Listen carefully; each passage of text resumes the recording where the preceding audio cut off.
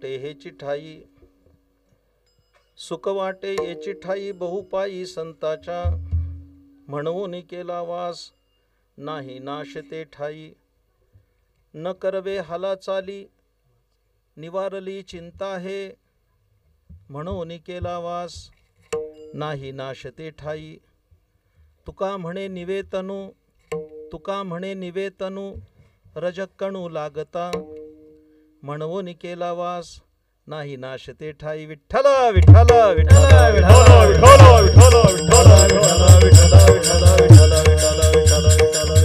बोला पुंडलिक वरदा हरी विठ्ठल श्री ज्ञानदेव तुकाराम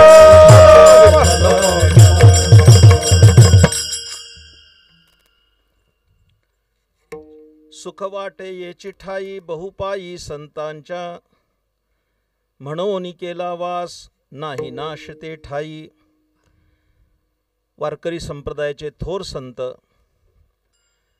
जगद्गुरु तुकाराम महाराज यांचा हा एक प्रासादिक असा अभंग आहे। ज्या अभंगातून सोलीव आणि शाश्वत सुखाचा विचार केलेला दिसतो।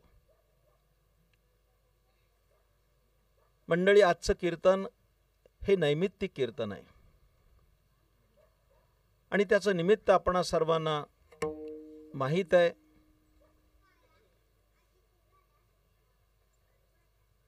सातारा जिल्ह्यातील आणि वारकरी संप्रदायाचे एक ज्येष्ठ व्यक्तिमत्व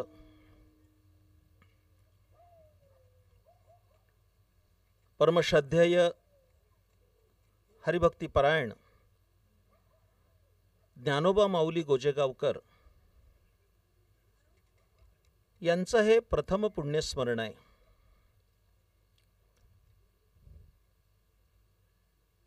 ज्या व्यक्तिमत्वानं संपूर्ण आयुष्यभर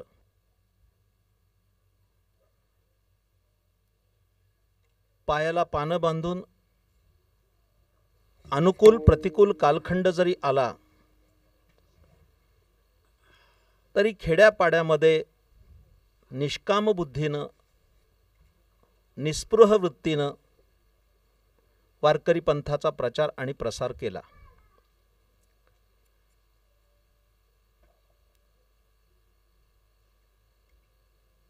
पंढरपूरच्या रस्त्याला जाणाऱ्या ज्या अनेक दिंड्या आहेत त्यामध्ये पारंपरिक वास्कर महाराजांच्या फडावरील ही प्रासादिक दिंडी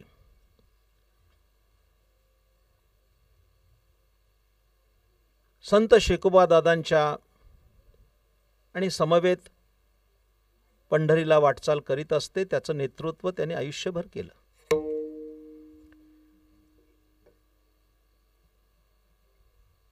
आयुष्याच्या उतारवयामध्ये अनेक उन्हाळे पावसाळे पाहिले।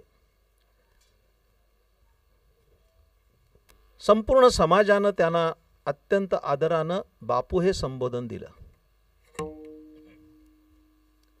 खरंच बापू हा शब्द गुजरात प्रांतातला आहे। बापू या शब्दाचा अर्थ अत्यंत पूज्य असा आहे।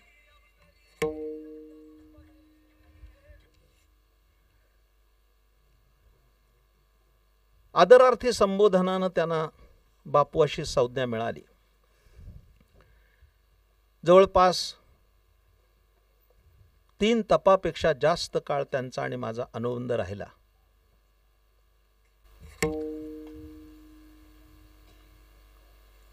हृदयविकाराचा तीव्र झटका आल्यानंतर मी त्यांना भेटायला आलो होतो। देवानी त्यांना बोनस दिला आणि काही काळ आयुष्य वाढवलं। खरं तर माझ्या अंतःकरणामध्ये आज एक गलबल आहे, त्यांना वैकुंठवासी म्हणताना। त्यांच्या संबंधातून अनेक आज सातारा जिल्ह्यातील मान्यवर उपस्थित आहेत, वारकरी संप्रदायाचे आणि अनेक प्रांतातले, अनेक क्षेत्रातले. आज अनेक कीर्तनकार, प्रवचनकार, भजनी कलावंत त्यांच्या स्मृतीला अभिवादन करण्यासाठी उपस्थित आहेत. मी असं म्हणत होतो, हे त्यांचे सहकारी बसलेत माझ्या दोन्ही हाताला. मी असं म्हणत होतो की एखादी व्यक्ती अशी असते की त्याला वैकुंठवासी म्हणायला जीभ धजावत नाही, इतकी ती प्रिय असते. आणि काही व्यक्तिमत्व असे असतात की त्यांना वैकुंठवासी म्हणायची घाई असते, पण ज्यांची इच्छा असते ते वैकुंठवासी झाल्यावर हे जातात. त्यामुळे त्यांचं स्वप्न अपूर्ण राहतं. माझ्या प्रिय श्रोत्यानो, एका विशिष्ट अशा अंतःकरणातल्या सात्विक भावनेनं आज मी काही चिंतन करणार आहे. एखादा साधू जाणं हे समाजाचं खूप मोठं नुकसान आहे. माझ्याकडे लक्ष द्या. बापूंचं जाणं हे इतकं सहज आणि सामान्य नाही.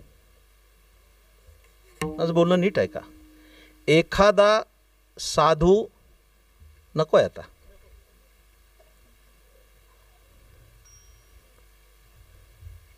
नाही तर जोडण्यात पंख्यावारी कीर्तन जाईल. थोडं मीच सहन करतो. एखादा साधू जाणं ही सामान्य गोष्ट नाही. मला कल्पना आहे त्याची. मी म्हणाल्यावर तुमच्या लक्षात येईल. एखादा साधू जाणं हे समाजाचं खूप मोठं नुकसान आहे.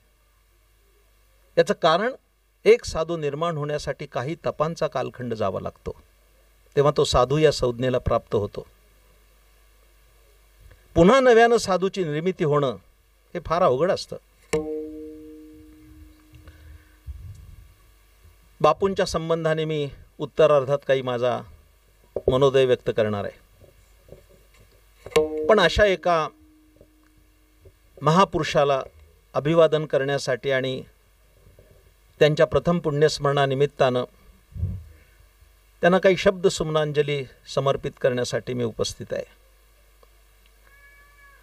आत्ता माझ्यासमोर जो अभंग आहे, इथे सगळे उपस्थित असणारे भजनी कलावंत, हा अभंग पाठ नाही, त्याला वारकरी म्हणता येणार नाही. माझं बोलणं कळतंय ना? हा अभंग पाठ नाही, त्याला वारकरी म्हणता येणार नाही. आणि वारकरी असेल आणि हा अभंग पाठ नसेल तर तो भजनाला जात नसेल. कारण वारकऱ्यात पण दोन वर्ग आहेत. म्हणजे ते माळकरी असतील पण भजनाला जातीलच असं नाही. काही भजन करतात पण वारकरी नाहीत, असा एक वर्ग आहे. पेटीवर ग्लास ठेवणारे, सरबताचा नाही. मी सुजाण असल्यामुळे मला विस्तृत बोलायची काही कारण नाही. अशी भजनं मी आणि मदनरावनी बघितलीत.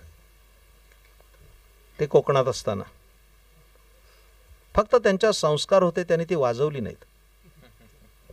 ही शुचिता सांभाळली त्यांनी. आणि कोकणात तशी भजनं होत होती. पण वारकरी भजन करणारा जो माणूस आहे त्याला हा अभंग पाठ असलाच पाहिजे. पण पाठ असेल तर तो कळेलच असं पण नाही. अभंग खूप सुंदर आहे. किंवा संतांचे अभंग एखाद्या हिऱ्यासारखे आहेत, त्याला अनंत पैलू आहेत. एखाद्या बाजूनी पाहिला तर तो पैलू वेगळा दिसेल, तर दुसऱ्या बाजूनी पाहिला तर पैलू वेगळा असेल. एकाच अभंगाचे वेगवेगळे पैलू पडू शकतात, हे लक्षात घ्या. आणि म्हणून एका विशिष्ट शैलीतून आपण या अभंगाचं चिंतन करणार आहोत. एवढ्या मोठ्या संख्येनं आपण सगळे जमलाय. एखाद्याने प्रामाणिकपणानं हात वर करा.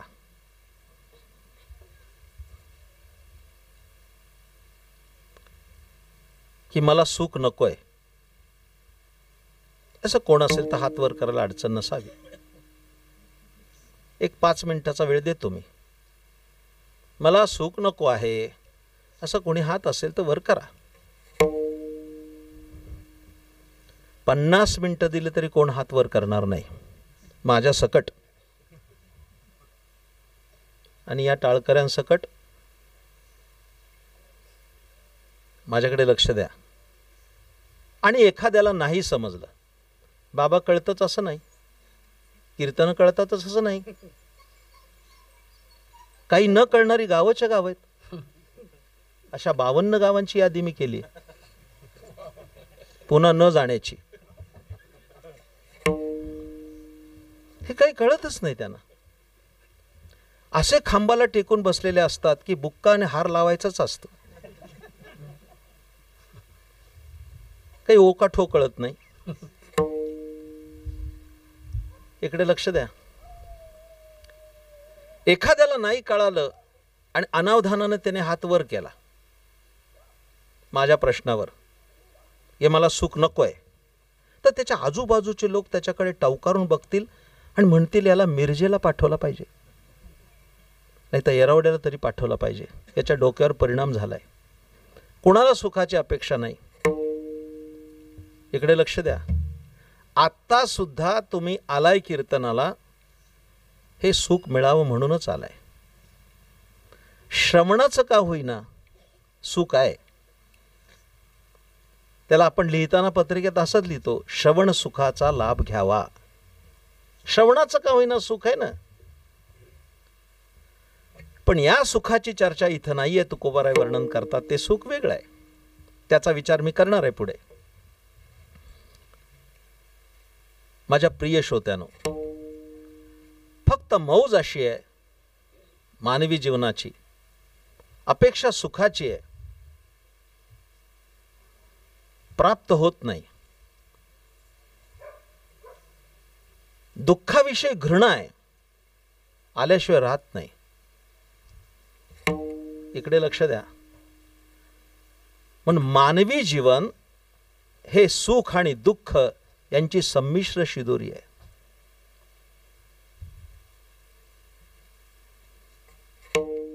सगळ्या अभंगाला न्याय देणं होईल का नाही माहिती नाही, पण सुख आणि दुःख हे भोगावंच लागतं. परिमाण कमी जास्त असू शकतं, तो ज्याच्या त्याच्या प्राक्तनाचा विषय आहे. पण असं होत नाही की केवळ आणि केवळ सुखच मिळाले. असं होत नाही. असं होत नाही की केवळ आणि केवळ दुःखच मिळाले. काही प्रमाणात सुख तर काही प्रमाणात दुःख हे असणार. इकडे लक्ष द्या. एक द्वंद्व असतं बघा, द्वंद्व. थोडा साहित्याचा अभ्यास केला असल्यानं द्वंद्व एक आहे. इकडे लक्ष द्या. आणि ते स्वीकारावंच लागतं. जीवनातलं द्वंद्व दादा स्वीकारावं लागतं. कुणाची काही चालत नाही, कोणी असो. एक उदाहरण द्यायचं झालं तर तुमच्या समोर मांडतो. रात्र आणि दिवस हे द्वंद्व आहे, आम्ही स्वीकारलंय. काय विकासराव, रात्र आणि दिवस स्वीकारलं ना. आत्ता रात्र झाली, अशीच राहणार आहे का? एक 8-10 तासांनी उजाडणार. बरं, उजाडलं, प्रकाश पडला, असाच राहणार आहे का? नाही नाही, एक 10-12 तासांनी पुन्हा मावळणार, पुन्हा उगवणार. तसं दिवस आणि रात्र हे द्वंद्व आहे, नाकारता येत नाही, स्वीकारावंच लागेल.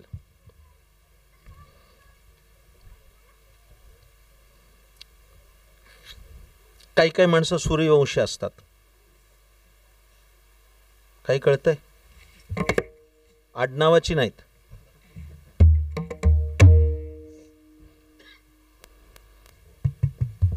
सूर्योदय झाल्याशिवाय उठतच नाहीत, त्याला सूर्यवंशी म्हणायचं. माझ्या प्रिय श्रोत्यांनो, आपण सगळे धर्मानुरागी लोक आहोत. निदान या कीर्तनातून एक कळावं, सूर्योदय व्हायच्या आत उठलं पाहिजे. माझ्या शेकडो कीर्तनात मी एक वाक्य सांगितलं आणि ते आता उद्धृत करणार आहे. उद्या स्टेटसला ठेवायला अडचण नसावी. पुरुषोत्तम महाराज ऐकण्यासारखी गोष्ट आहे. मी काय सांगतो ते ऐका. एक वाक्य खूप चांगलं सांगतो. ज्या व्यक्तीला मोठं व्हायचंय त्या व्यक्तीचं अंथरुण सूर्यनारायणांनी पाहता कामा नये, तर ती व्यक्ती मोठी होणार, यात काही वाद नाही. आता टाळ्या वाजवायला तरी कंजूशी का करताय? हे एवढं सोन्यासारखं वाक्य मी सांगितलंय. ज्या व्यक्तीला मोठं व्हायचंय सूर्यनारायणांनी त्याचं अंथरुण पाहता कामा नये, ती व्यक्ती मोठी होणार.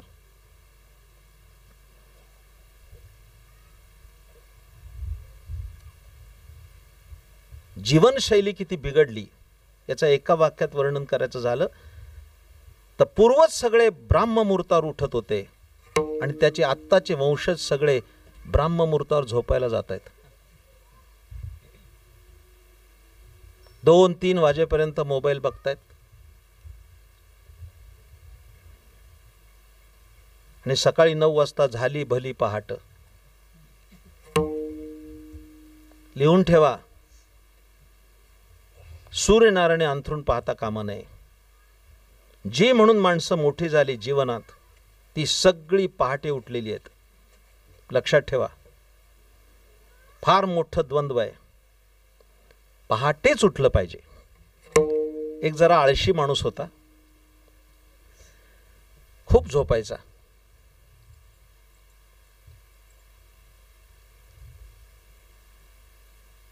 त्याची आई उठवायची, अरे किती दिवस वर आला, उठ की. तो वैतागला.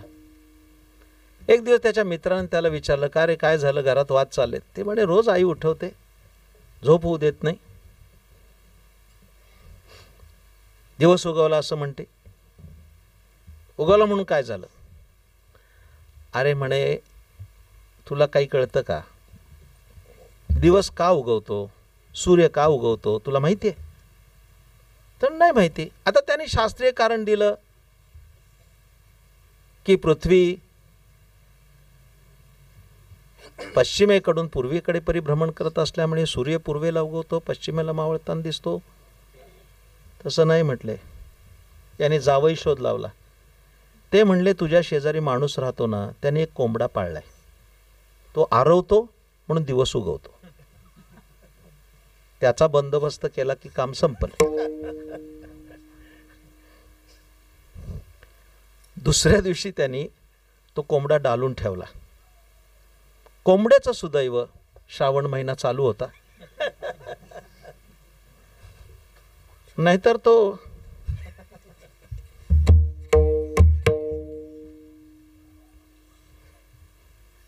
आणि कोंबडा डालून ठेवला. मंडळी, असं झालं दुसऱ्या दिवशी दिवस उगवलाच नाही. असं होईल?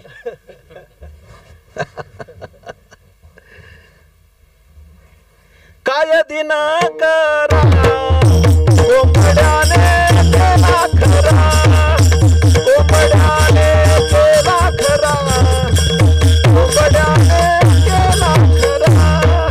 हे काय दिनाकरा कोंबड्याने केला खरा, कोंबड्याने केला खरा, कोंबड्याने केला खरा.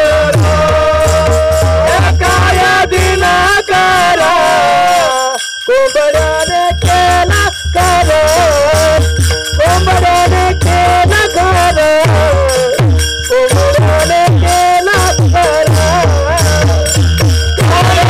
खरा,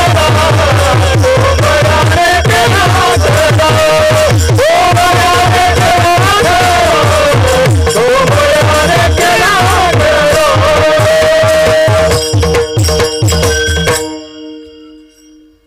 सगळे हे एकेकाचे ने मनोव्यापारे असे अतिरथी महारथी लोक आहेत. दिवस आणि रात्र तुम्ही स्वीकारली आहे. जीवनातलं द्वंद्व आहे, जन्म आणि मृत्यू स्वीकारावंच लागेल. कोणी टाळू नाही शकत. पेक्षा ज्ञानेश्वर महाराज ज्ञानेश्वरीत काय बोलतात ऐका. देहाची या गावा आलिया, जन्म मृत्यूची या सोहळिया, नान म्हणू नये धनंजया जिया परी. ज्ञानेश्वर महाराज फार सुंदर सांगतात.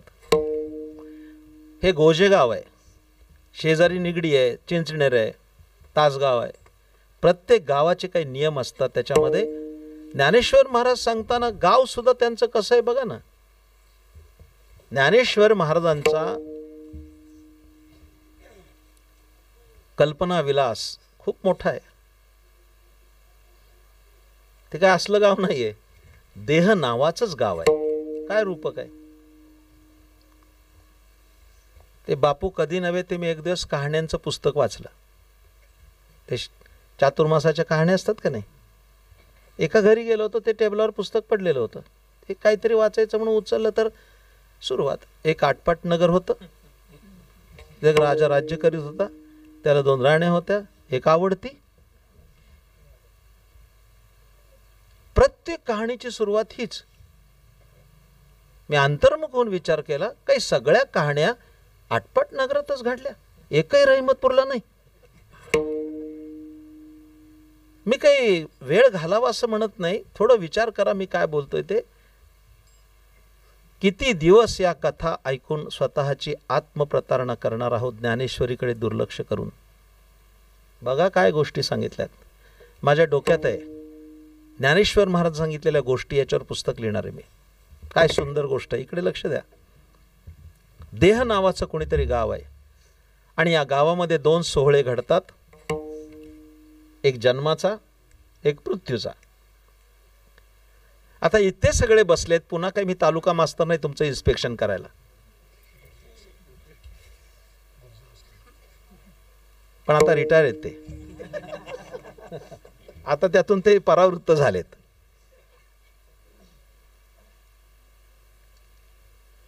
एखाद्याने परत हात वर करून सांगा, एक जन्म सोहळा आणि एक मृत्यू सोहळा आहे, त्यातला एक माझा झालाय आणि दुसरा होणारच नाही. हात वर करपर्यंत दुसरा झालेला असेल. कारण त्याचं पण परिमाण दिलंय. माशी पाख पाखडी तव हे सरे, एका क्षणात, वेळ लागत नाही. हे द्वंद्व जसं स्वीकारलंय तसं माझ्या प्रिय श्रोत्यानो, जीवनामध्ये आणखीन एक द्वंद्व आहे, ते सुख आणि दुःख आहे. स्वीकारावंच लागेल. मी या कीर्तनाचा शेवट खूप चांगला करणार आहे, पण ते लास्ट मोमेंटला सांगणार आहे, जे टॉप सिक्रेट आहे. इकडे लक्ष द्या. सुख आणि दुःख हे दोन्ही गोष्टी जशा आहेत,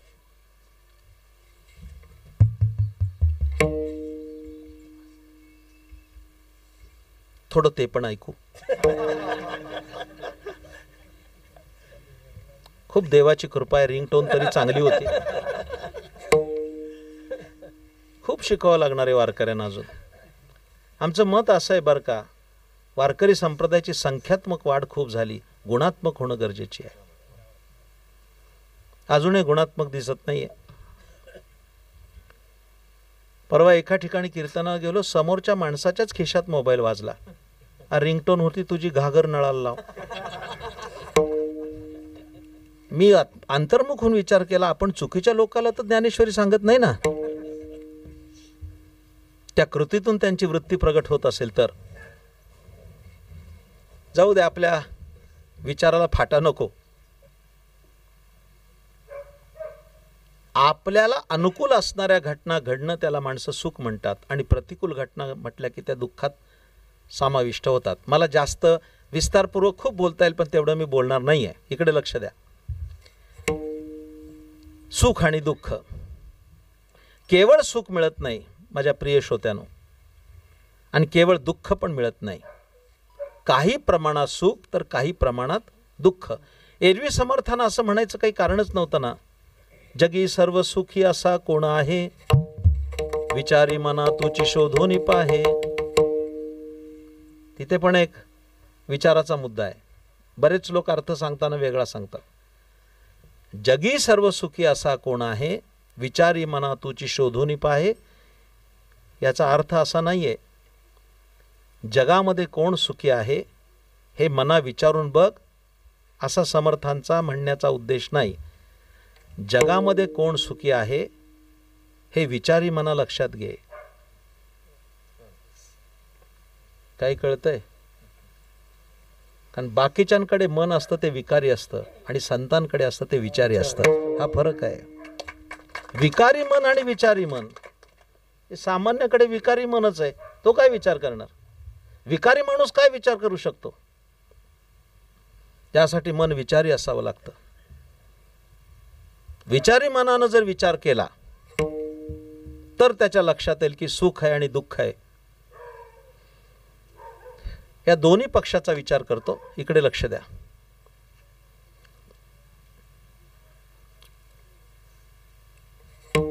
बऱ्याच जणांना दुःखाची किंमत कळालेली नाहीये, म्हणून त्याच्याविषयी घृणा आहे. जरा वेगळा मुद्दा दादा मांडतोय. आपण सगळे असल्यामुळे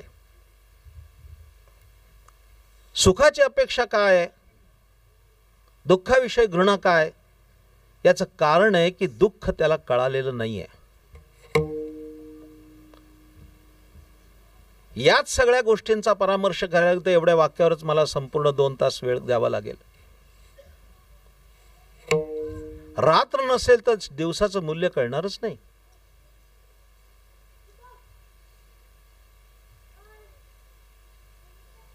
मृत्यू नसेल तर जीवनाचा आनंद येणारच नाही आणि दुःख नसेल तर सुखाची किंमतही कळणार नाही. साधा दृष्टांत देतो आपल्या घरातला. जेवायला वाढलंय, जेवणामध्ये वरण भात भाजी पोळी काय असेल ते, श्रीखंड पण आहे. खायला बरं वाटतंय, पण एखाद्याच्या ताटात 1 किलो श्रीखंडच दिलं तर चालेल का? हा एवढा गोळा ठेवला श्रीखंडाचा. ऐकताय का जरा? ते श्रीखंड चांगलं लागावं याच्यासाठी थोडीशी चटणी पाहिजे तोंडी लावायला. नीट लक्ष द्या इकडं. माझं स्वतःची मतं फार परखड आहेत. कानानं कीर्तन ऐकलं तर नवल नाही, तो त्याचा धर्म आहे. कीर्तन डोळ्याने ऐकता आलं पाहिजे, म्हणजे ऐकताना पापणी सुद्धा पडता कामा नये, तर ते कीर्तन ऐकणं आहे. तर नेहमी सांगतो, पकवाजाची कणिक पडली ती उचलायची, त्याचा उंदीर करायचा.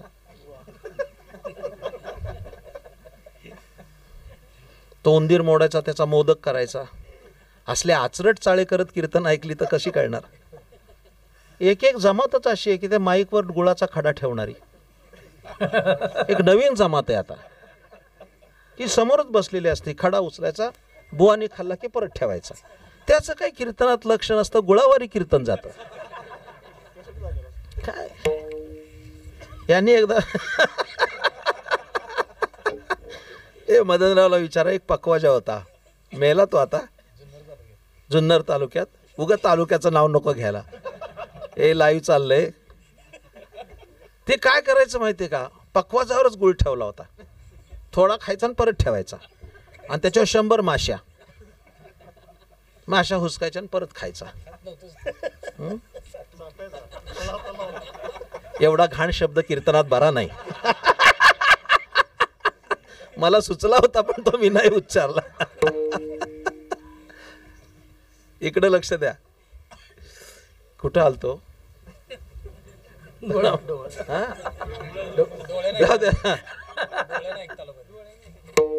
हा, एवढं श्रीखंड ठेवलं.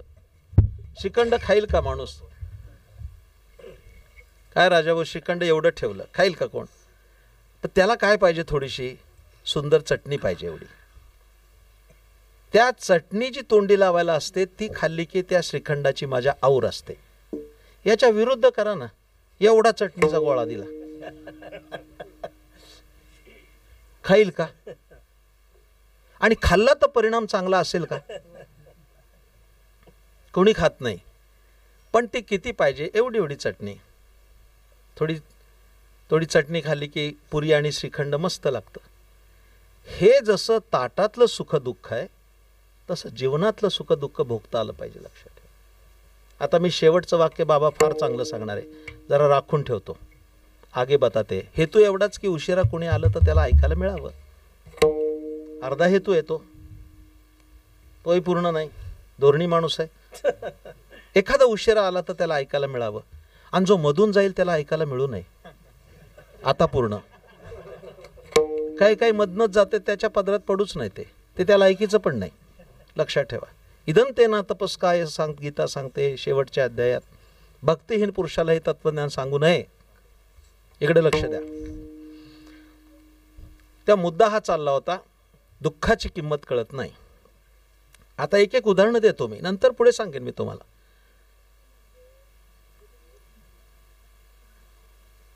सगळ्यात मोठं दुःख कोणतं आहे याचं सुभाषितकारांनी फार चिंतन सुंदर केलंय. थोडं ऐका तर खरं. षण्मासे मातृदुःखश्च पितृदुःखश्च दिनत्रयम् भार्यां दुःख पुनर्भार्या क्षुधा दुःख दिने दिने, असं वर्णन आहे.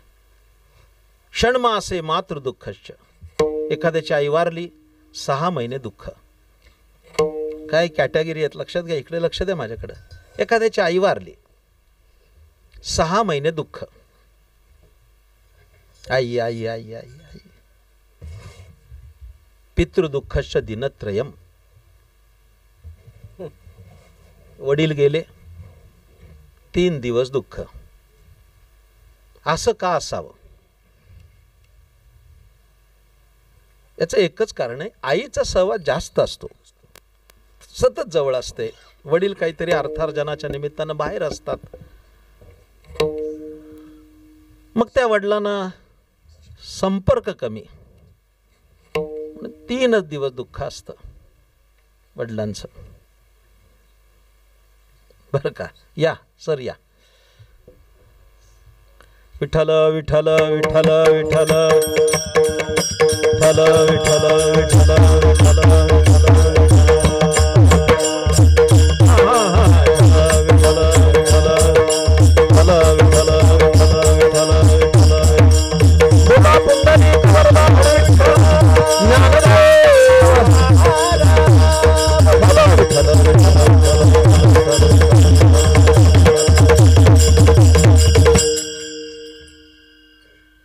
सुखदुःखाची चर्चा चालू आहे. जीवनामध्ये काही द्वंद्व असतात आणि ती स्वीकारवी लागतात. त्यामध्ये दिवस आणि रात्र जसं द्वंद्व आहे, जन्म आणि मृत्यू जसं द्वंद्व आहे, तसं सुख आणि दुःख हेही द्वंद्व आहे आणि ते स्वीकारावंच लागतं. इथे आता सगळ्यात मोठं दुःख कोणतं? आपली चर्चा काय चालू आहे? दुःखाची किंमत माणसाला कळत नाही म्हणून दुःखाविषयी घृणा आहे. पण सुख जितकं महत्वाचं आहे तितकं दुःखही महत्वाचं आहे. त्या दुःखाची चर्चा चालू आहे. आई गेली 6 महिने दुःख, वडील गेले 3 दिवस दुःख. हे मी बोलत नाही, सुभाषितकार लिहितात. षण्मासे मातृदुःखश्च पितृदुःखश्च दिनत्रयम्. 3 दिवस वडिलांचं दुःख, जास्त नाही. किती आव आणला तरी. वैकुंठवासी प्रातस्मरणीय प्राचार्य मामासाहेब दांडेकर, मामासाहेब सांगायचे वडिलांचं दुःख कमी का, असं त्यांच्या कीर्तनात सांगायचे. ते म्हणायचे त्यांचा सहवास कमी मुलांना. मुंबईचे वडील तर म्हणले मुलं झोपलेली असतात तेव्हा ऑफिसला जातात, ओव्हर टाईम करून येतात तेव्हाही मुलं झोपलेली असतात. मग ती मुलं रविवारी विचारतात हे पाहुणे कोण आले. ते मामा म्हणायचे संडे फादर आहेत. मामाने त्याला नाव दिलं तर संडे फादर. जास्त सहवासच नाही, 3 दिवस दुःख. पुढे मजा आहे फार. सुभाषितकार पण फार सुंदर लिहितात. षण्मासे मातृदुःखश्च पितृदुःखश्च दिनत्रयम्. एखाद्याची बायको वारली, मरू नये पण मेली. सुभाषितकार म्हणतात किती दिवस दुःख? दुसऱ्यांदा हळद लागेपर्यंत.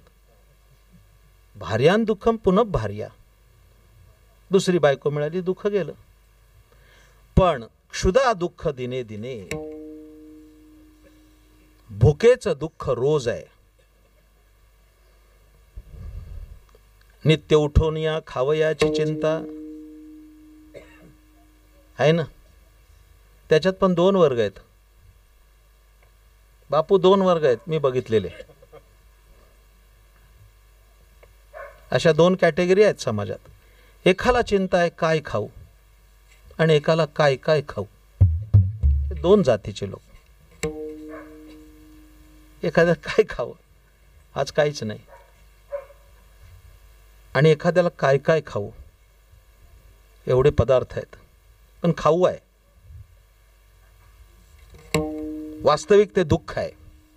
नित्य उठून या खावयाची चिंता. आता हे दुःख झालं ना सिद्ध, इकडे लक्ष द्या.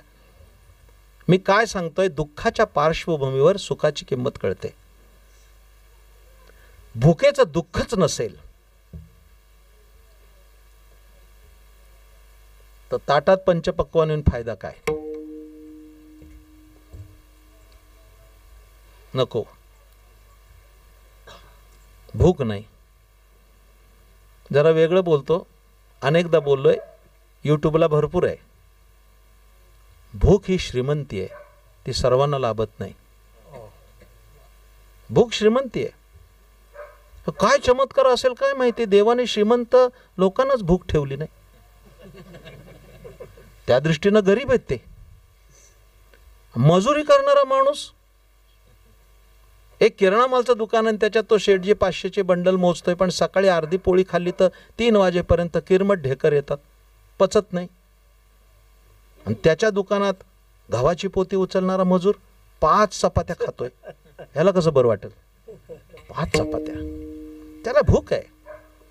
भूक हे दुःख जरी असेल तर ते दुःख असल्याशिवाय भोजनाचा आनंद, सुख मिळणार नाही. म्हणून भूक पाहिजे, दुःख पाहिजे. वैशाख वणवा लागलाय खूप मोठा. इकडे लक्ष द्या.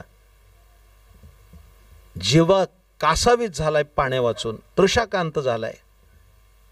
सुंदर असं डेरेदार आंब्याचं झाड आहे, तिथं त्या शेतकऱ्यांनी एक सुंदर घागर ठेवली आहे. त्याला फडकं बिडकं बांधून त्याच्यावर तांब्या ठेवून हा म्हटला, तहान फार लागली, पाणी देता का? देतो की म्हणला. तांब्यावरून पाणी दिलं, त्यांनी घटाघटा प्राशन केलं, सुख झालं. हे मान्य आहे. पण पाणी पिणं सुख आहे का?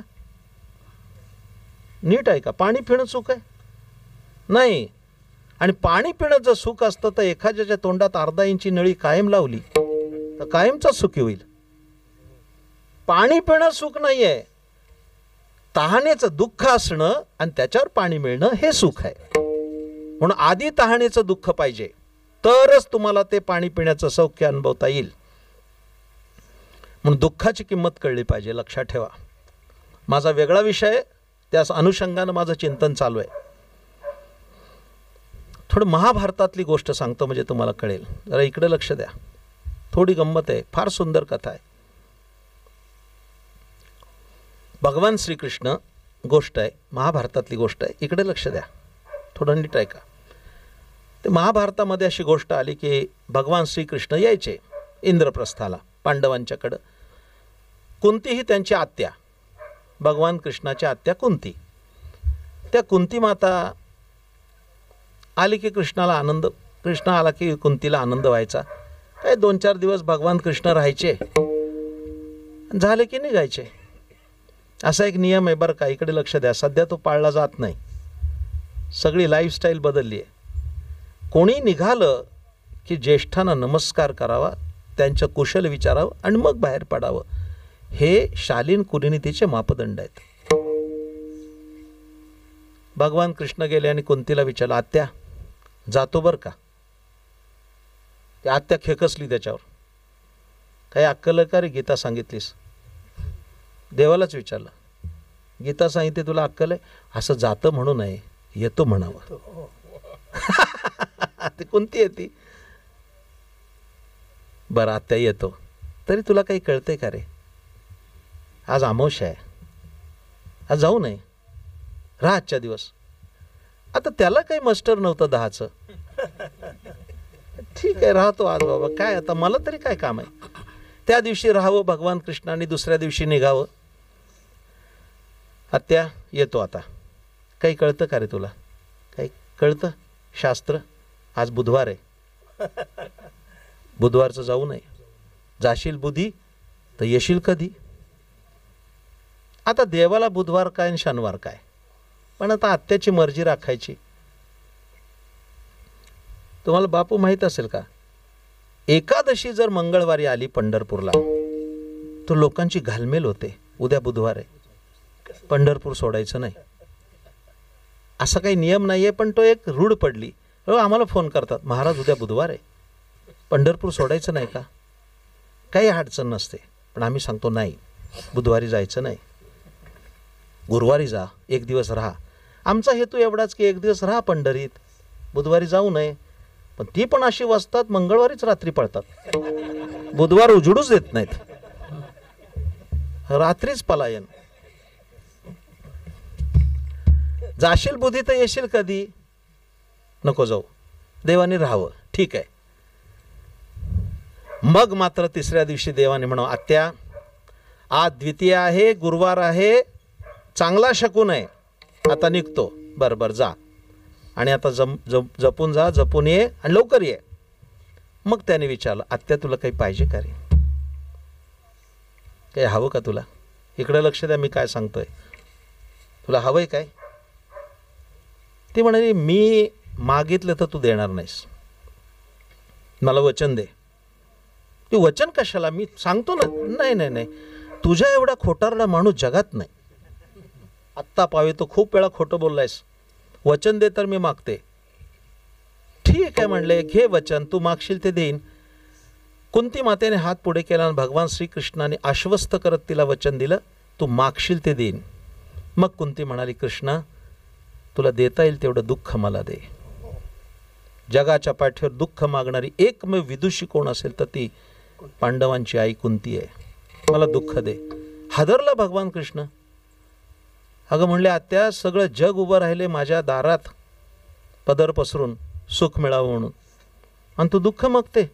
कुंती हसून म्हणाली, त्यांना दुःखाची किंमत कळली नाही म्हणून तसं म्हणतात, मला दुःखाची किंमत कळते. ती काय म्हणणार आहे का आत्या? दे बाबा 500 रुपये खर्चायला. भगवान कृष्णाला ती म्हणेल 500 रुपये दे. ती कोण आहे? धर्मजीच्या रूपानं पोटी आला. युधिष्ठिर तिचा मुलगा आहे, मूर्तिमंत धर्माचं प्रतीक असणारा, म्हणून त्या युधिष्ठिराला धर्मराजाशी संज्ञा आहे. आयुष्यात फक्त एकदा अर्ध खोटं बोलला, त्याच्यासाठी पण अंगठा गेला.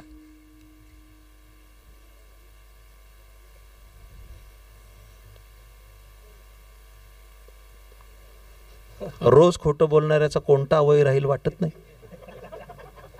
तो अर्ध खोटं बोलला तर अंगठा गेला, अंगुष्ठ त्या कर्मासाठी गेला. एक अर्ध सत्य बोलला तर अंगठा गेला. विकास पुजारी, माणसं किती खोटं बोलतायत, एक एक अवयव दिला तर जाळायला बी काही राहायचं नाही. बलदंड भीम तिच्या पोटी जन्माला आलाय. जेणे संग्रामी हरुजिंतीला निवांत कवचाचा ठाव फेडिला, पवाडा तुवा केला गंधर्वासी, असा अर्जुन तिच्या पोटी जन्माला आलाय. कुंती ऐका, माझ्या डोक्यात आहे महाभारतातली पात्र लिहावी तसं. कुंतीचा इतिहास सांगतो जरा, आलाय तर.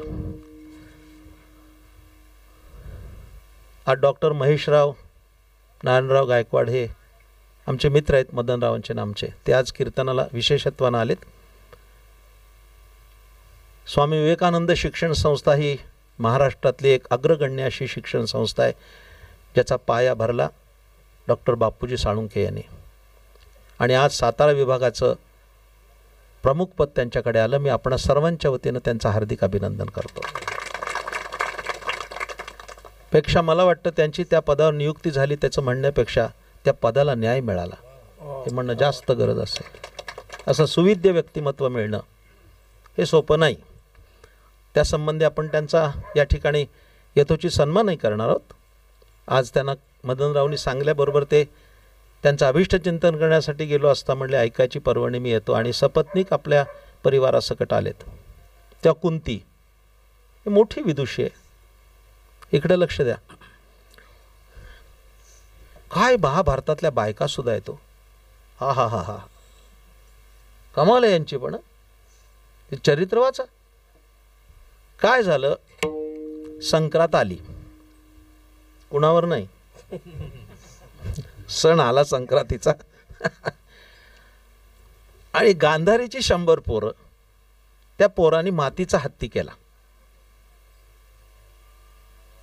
त्याला चाकं बिग बसवली, रंगरंगोटी केली, त्याच्यावर झुलबिल घातली. त्याच्यावरनं गांधारी कुंतीला वाण द्यायला आली. वाण देऊन गेली. संध्याकाळी हे सगळे आले पांडव. आई नाराज दिसली. तर भीमाने विचारलं, काय आज नाराज दिसते? काय नाही रे. नाही कसं, तू चेहऱ्यावर स्पष्ट नाराज दिसते. मला भीम म्हणतात. काय झालं? अरे आज गांधारी आली होती. बरं मग? तिच्या मुलांनी मातीचा हत्ती केला. काय सुंदर हत्ती होता, काय कलाकारी. त्याच्यावर बसून आली आणि मला वाण देऊन गेली. मातीचाच हत्ती आणला ना? बेंबडला बी इंद्राचा ऐरावतच घेऊन येतो. काय पोरं असतील तिच्या पोटी आलेली. इंद्राचा ऐरावत आणतो. पुढे ऐका. ठीक आहे म्हणले, चल रे अर्जुना, आईला इंद्राचा ऐरावत आणायचा आहे. हा सामान्य नव्हता, हा सुद्धा उत्तम धनुर्धारी. हे सगळे उभे आहेत, अनेक ज्ञानेश्वरीचे उपासक आहेत. ज्ञानेश्वरीतल्या सगळ्या अर्थ शब्दाचे कळतातच असं नाही. सव्यसाची असा शब्द आलाय. भगवान कृष्णचंद्रांनी अर्जुनाला जी संबोधनं दिली ज्ञानेश्वरीत, ती स्वतंत्र विचाराची आहेत. वेगवेगळी संबोधन आहे. कुठे त्याला अर्जुना म्हटलंय, कुठे त्याला भारता म्हटलंय, कुठं कपिध्वजा म्हटलंय. त्याच्यावरही विचार करायला पाहिजे. ऐकणाऱ्याच्या राया म्हटलंय, तसं त्याला सव्यसाची म्हटलंय. हागा सव्यसाची मूर्तीला होनी देहाची, खंती करती कर्माची ते गावंढेगा. सव्यसाची शब्द, सव्यसाची म्हणजे काय? सव्यसाची या शब्दाचा अर्थ काय? तर सव्यसाची याचा अर्थ असा आहे, एवढा तरी कळू देत कीर्तनात. धनुर्विद्येमध्ये धनुष्य डाव्या हातात घ्यायचं असतं आणि उजव्या हाताने त्याच्यावर बाण लावून प्रत्यंच्या आकर्ण म्हणजे कानापर्यंत ओढायची, तेव्हा तो बाण इप्सिस्थळी जातो. हे कसब आहे. पण जवळपास सगळेच लोक डाव्या हातात धनुष्य घेतात आणि प्रत्यंच्या ओढतात.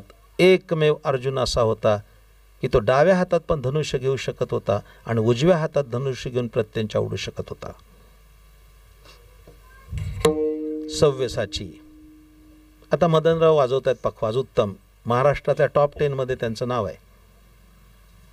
उजव्या हाताला शाईपूड आहे, त्याने डाव्या हाताने शाईपूड वाजवतील का बघा? वाजवतील, पण ती ताकद नाही. सव्यसाची म्हणजे डाव्या हातात धनुष्य घ्यायचं, उजवायचं, उजव्या हातात घेऊन चालवायचं, असा एकमेव अर्जुन होता. काय कला असेल, काय कला असेल. ते एवढंच नाही सांगत. आपण जेवतो उजव्या हाताने, बरोबर आहे, पण बोटाला काहीतरी लागलं, 4 दिवस काय तरा होती, नाही खाता येत. हा, दोन्ही हाताने खाणारे फार, ते सव्यसाचेच म्हटले पाहिजेत.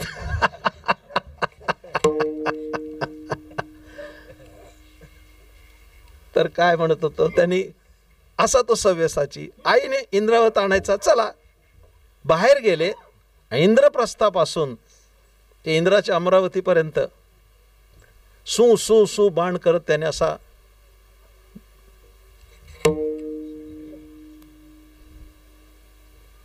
सेतू उभा केला, बाणांचा सेतू. आणि तो काय साधा आहे का? त्याच्यावर भीम चढून गेला. तो सेतू कसा असेल? हा, तो काय कळकाच आहे? ते बाण पण असे होते की त्याच्यावर शिडी केली, त्या शिडीवरनं तो भीम गेला चालत. बसलेले होते.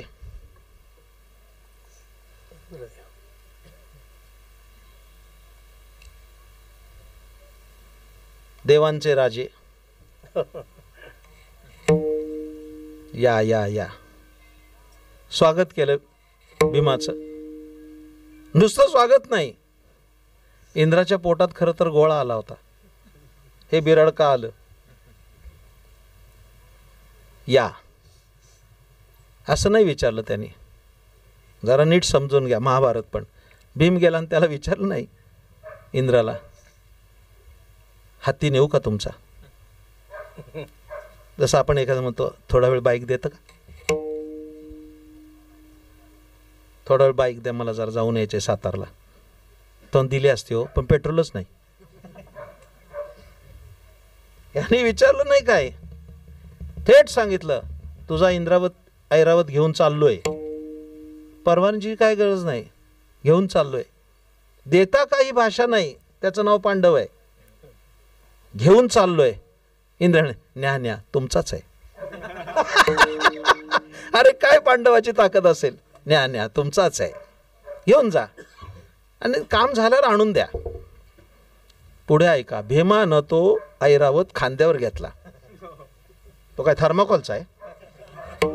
7 सोंडेचा, पांढऱ्या शुभ्र रंगाचा, समुद्र मंथनातून निघालेला तो अवाढव्य हत्ती, तो गजराज त्यांनी खांद्यावर घेतला. तो कसा असेल भीम? आणि शिड्या उतरून खाली यायला लागला, आणि अर्जुन खाली उभा होता. ती शिडी उतरत असताना भीमाचा पाय चुकला आणि भीम खाली पडला, हत्ती सकट. काय ॲक्सिडेंट आहे! आणि भीम खाली पडताना त्याने मोठ्यांदा हाक मारली, आई! खाली कुंती उभी होती, तिने असा पदर पसरला आणि भीमाला हत्ती सकट पदरात घेतला. ती कुंती कशी? दृष्टांत संपला. ती काय म्हणणारे, 500 रुपये दे.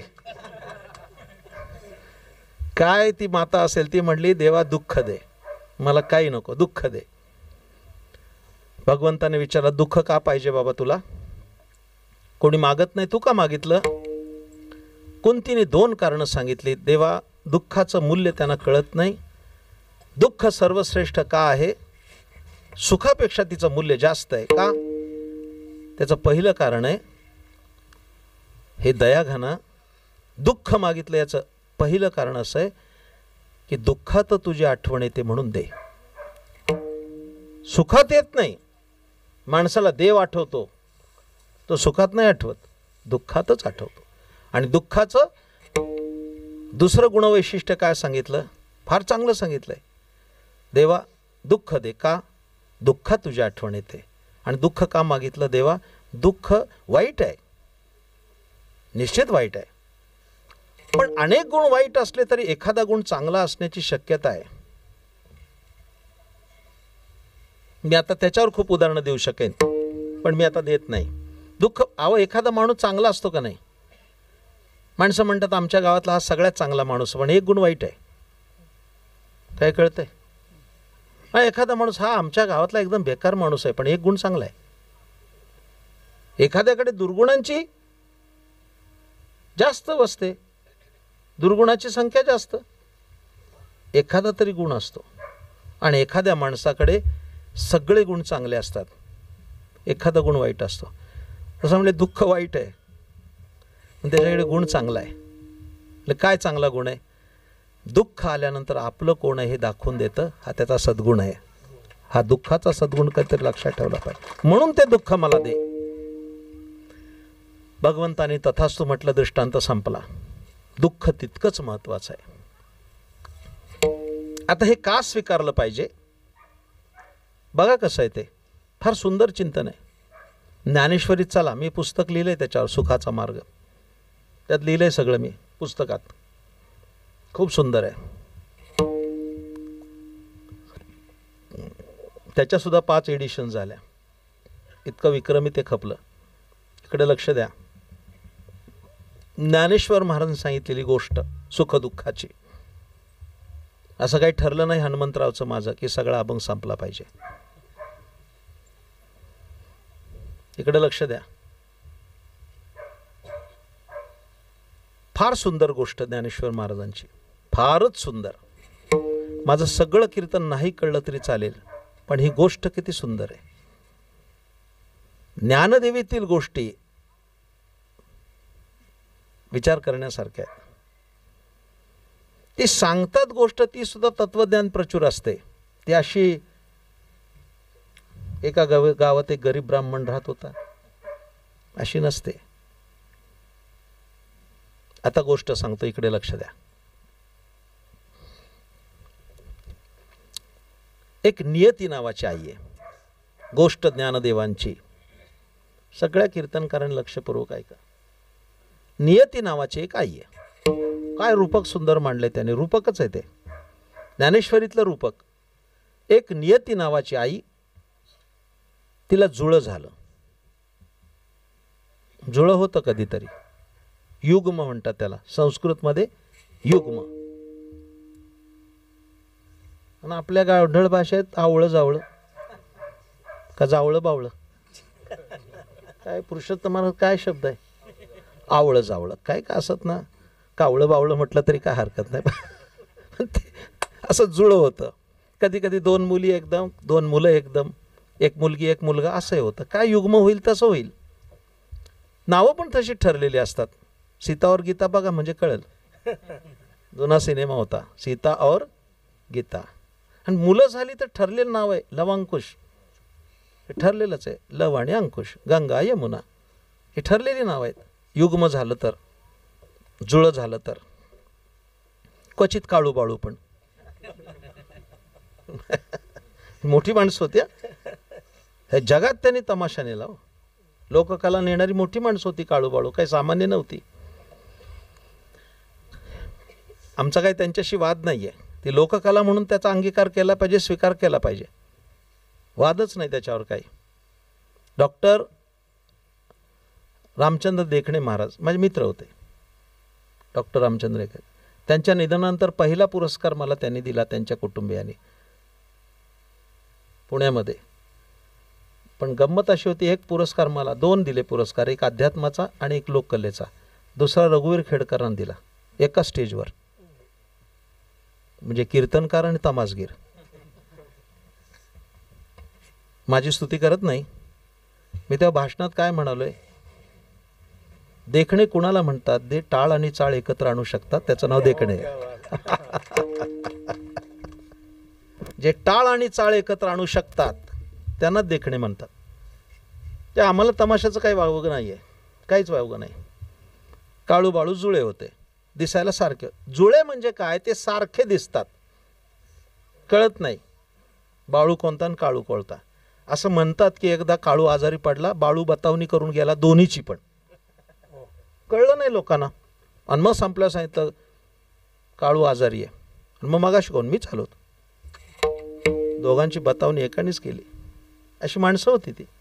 असो, ते ही दोन पोरं झाली नियतीला. जरा ऐका नीट. त्या नियतीने दोन पोरं झाली, त्या मुलांचं नाव सुख आणि दुःख ठेवलं. आता रूपक काय, सुख आणि दुःख ही नियतीची मुलं आहेत. काय कळतंय दृष्टांत. नियती नावाच्या आईला दोन मुलं झाली, तिचं नाव सुख आणि दुःख. ही दोन पोरं बाहेर खेळायला गेली. बाहेर खेळायला गेल्यानंतर काय झालं, बाहेरची माणसं सुखाबरोबरच खेळायला लागली. दुःखाशी कोण खेळणार, वेड लागले का. सगळी सुखाबरोबरच खेळायची. दुःखाला वाईट वाटलं. नीट एका उंचीनं कीर्तन आहे का, दुःखाला वाईट वाटलं. आपल्याशी कोणीच खेळत नाही. जरा बोलू. जे जगाला दुःख देत होतं ते स्वतः त्या दिवशी दुःखी झालं. कोणीच खेळत नाही माझ्याबरोबर. जे जगाला रडवत होतं ते त्या दिवशी स्वतः रडत आईकडे गेलं. आई ग, माझ्याशी कोणी खेळत नाही, सगळे दादाबरोबर खेळतात, माझ्याशी कोणी खेळत नाही. नियती हसून म्हणाली, तू तसलं नशीब घेऊन जन्माला आलाय, तुझ्याशी कोण खेळणार नाही, मी पण नाही खेळणार. आई काय कर, पण माझ्यावर माझ्या सवंगडी खेळले पाहिजेत, असं काहीतरी तू जादू कर, माझ्यावर खेळली पाहिजेत माणसं. नियतीने खूप विचार केला. अचानक तिला चांगली युक्ती सुचली. ते बाहेर जे सुख खेळत होतं ना, त्याला बोलावलं तिने, इकडे ये.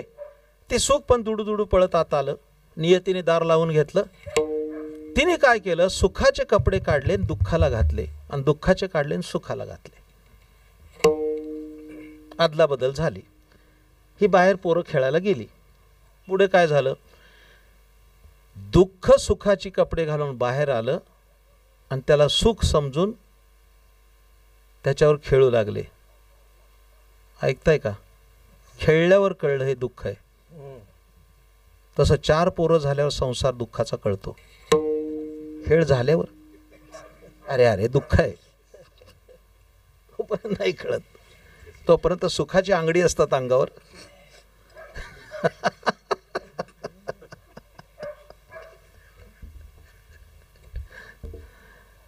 पोटकथा सांगू का दादा? पोटकथा त्यातली एक म्हातारा होता, मरणासन्न झाला. हे 4 पोरं होती. शेवटचं जे त्याचं पोरग होतं का नाही, शेवटचं, त्याला आपल्याकडे शेंडे फळ म्हणतात. इकडे म्हणतात का नाही सातारला माहीत नाही, पण आमच्याकडे त्याला काय म्हणतात? शेंडे फळ. जे सगळ्यात शेवटचं पोरं. आता एकच असल्यामुळे पहिलं शेंडे एकच. पूर्वी काय असायचं, 5-6 पोरं असायची. ते सगळ्यात लहान असायचं ते जास्त प्रेम. आता हा 4थ्या नंबरचा पोरगा, त्या पोराचं कौतुक करत त्याला जास्त दुःख झालं. एकटाच होता, बाकीच्याचे संसार थाटून झालते. त्याने मुलाला नमस्कार केला. त्या बापाने सांगितलं, मरताना तुला एक चांगली गोष्ट सांगतो, तेवढी लक्षात ठेव, मरेपर्यंत ध्यानात ठेव. सांगा बाबा, लग्न करण्याचा गाढवपणा करू नको. आम्ही केली. काय प्रश्न विचार? तुम्हाला सांगतो बरं का, महेशराव एकाने विचारलं, लग्न करणं गाढवपणा आहे तर नवऱ्याला घोड्यावर का बसवतात? काय प्रश्न आहे? एकाने मला विचारलं, लग्न करणं जर गाढवपणा आहे तर नवऱ्याला घोड्यावर का बसवतात? म्हणलं त्यातला गाढव कोण कळावं म्हणून, नाही तर गाढवच बसवला पाहिजे त्याला पण. तर त्या बापाने सांगितलं की बाबा तू ना आता लग्न करायचा गाढवपणा करू नको, मरतानाचा माझा तुला संदेश एवढाच आहे. कळलं का नाही बाबा? लग्न करायचा गाढवपणा करू नको. त्या म्हाताऱ्याने सांगितलं. मरणासन्न स्थितीत एकदम वातावरण गंभीर, लग्न करण्याचा गाढवपणा करू नको. त्या मुलाने बाबांना पाया पडला, म्हणला, दादा फार चांगला उपदेश केला, हा असाचा असा मी माझ्या मुलांना सांगेन. गोष्ट संपली. म्हणजे तो खेळणारच आहे. कळलं का नाही तुम्हाला? तो खेळणारच आहे. ते दुःख आलं बाहेर, त्या दुःखाबरोबर माणसं खेळली आणि नंतर कळलं ते दुःख आहे. दृष्टांत संपला. माझ्या प्रिय श्रोत्यानो, सुख आणि दुःख अशा पद्धतीने येणार, पण या पलीकडे जे सोलीव सुख आहे ते कुठे, याचा विचार पहिल्या चरणात दिलाय. सुख वाटे हेचे ठाई, सुख वाटे हेचे ठाई, सुख वाटे हेचे ठाई, सुख वाटे हेचे ठाई,